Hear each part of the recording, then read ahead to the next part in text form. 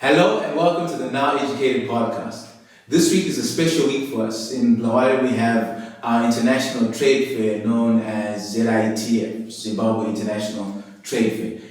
And it's remarkable how this event since COVID has continued to grow, and I think this year alone there were more than 500 exhibitors showcasing their work and the stuff that they're doing to the city and anyone who's willing to come to descend upon this beautiful city of Blawayo. Now my question to you is, if you're in Blawayo, do you attend this trade fair? Or if you're not from Blawayo, not from Zimbabwe, whenever there's a gathering or an opportunity for people to gather, do you make an effort to find time to be around other people? And for some of us, and me included, for many years, I used to look at this trade fair and just say, no, look, it's fine, I don't need to go, I don't particularly like it. But over the last 2 years, I've had the opportunity to go there and started realizing that I was missing out on such a big opportunity to get to know other people. And that's what we're going to talk about today. We'll come back to the international trade fair, but the thing that I find we do that's costs us dearly is we believe that there are certain people who are people, and some of us are just not a people person. And that's fine, but it's not fine, especially if you're looking at building wealth and having a happy life. So this is my assertion to you, and this is stuff that I'm beginning to learn as I study ancient wisdom. And that is, loving and serving other people is the key to unlocking your wealth and happiness in life. So our ability to love on people, which also involves liking people, is the gateway to a happier life and wealth. So what I would like to urge us to do is to begin to change our mindset and actually make the step to surround ourselves with more people. Because when we surround ourselves with more people, that is where the money is, that is where the joy and connection is. If you look at this interesting fact, this very thing that I've just mentioned is the reason why people flock to cities. People flock to cities because there are other people. And that proximity and connectivity works well if you're wanting to build wealth.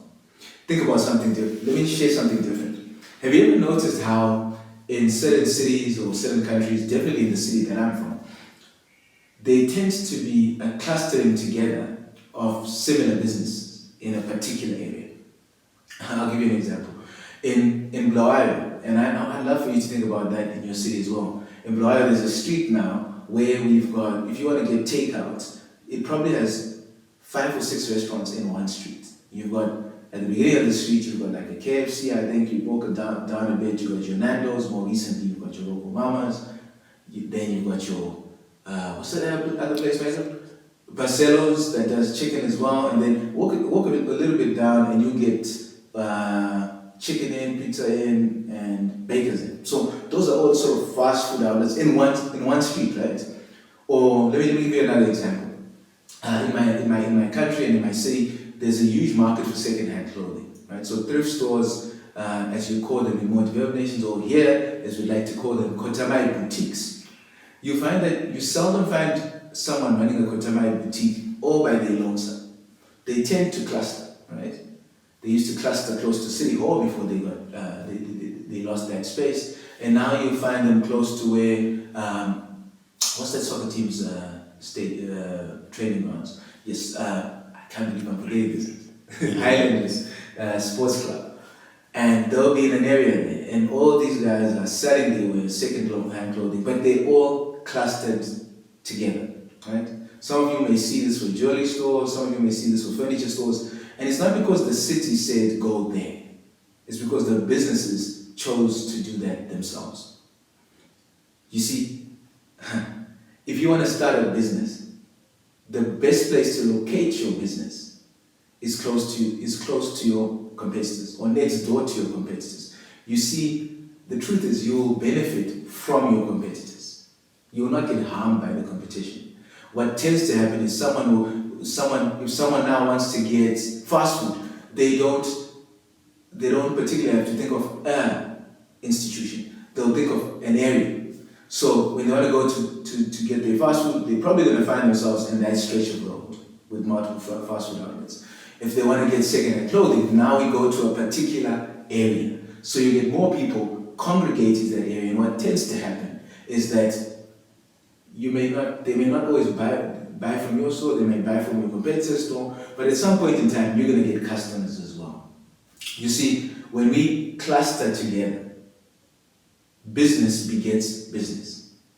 The proximity that we have in each other helps cross-pollinate our ideas and helps us cross-pollinate ideas and come up with things that in the collective creates a greater desire for the work we're doing.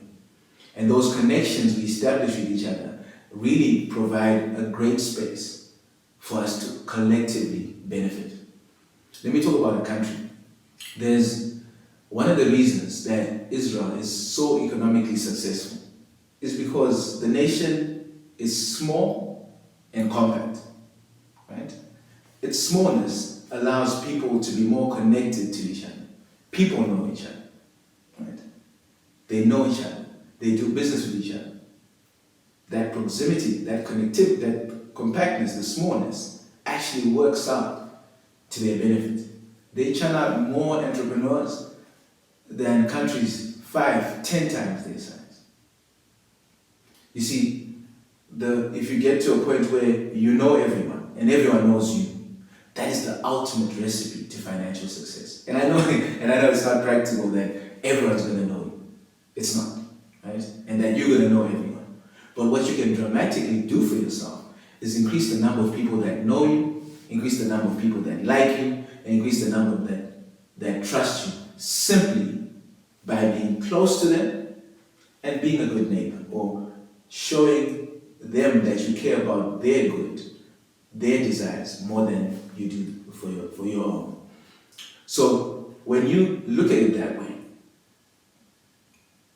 you can begin to understand that whenever there's an opportunity to get around a group of people, whenever trade shows like ZIT have come around, it's not some of those things that you just blue tick and ignore. It's actually an opportunity for you to get to know a lot more people, for you to connect and build relationships with a lot more people, for you to cross-pollinate and get ideas that can help you build what you want to do and see whether or not the stuff that you are contemplating makes sense to a group of people. And you want to take advantage of these opportunities because, one, they're not that expensive. Two, you get so much value with very little effort financially because everyone's around you. You know, it's like if you go to a church, people are going to be at church.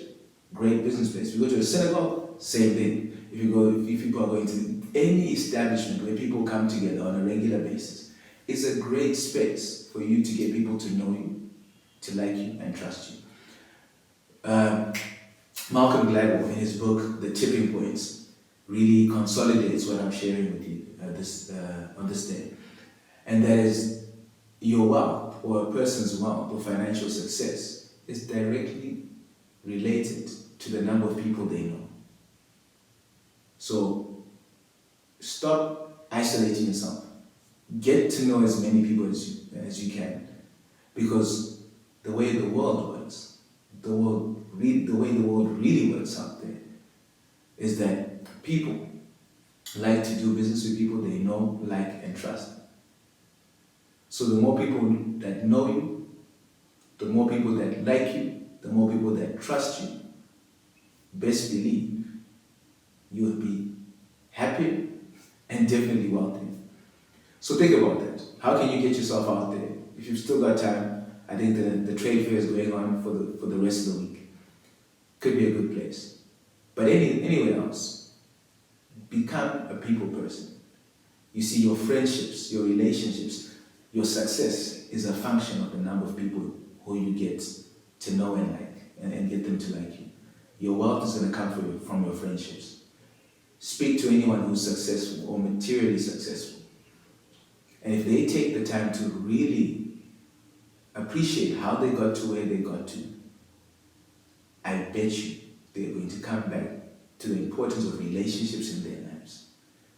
And the realization that what probably came first was the relationship or the friendship, then the money. Relationships, friendships, then the money. My name is Terrence, and I hope this is helpful to you. And go out there, make friends, get to know more people, because that's where your wealth is. That's it for today.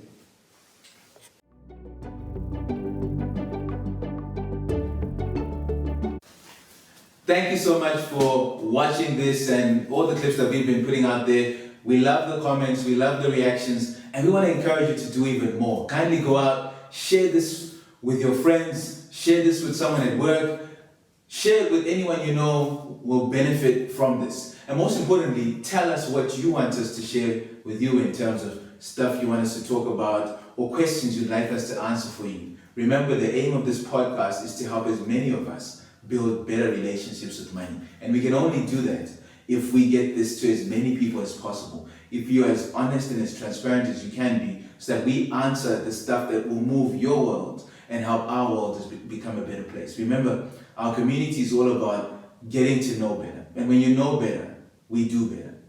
But we want to go an extra step. We want to know better, help others know better. Because collectively, when we know better, we tend to do better.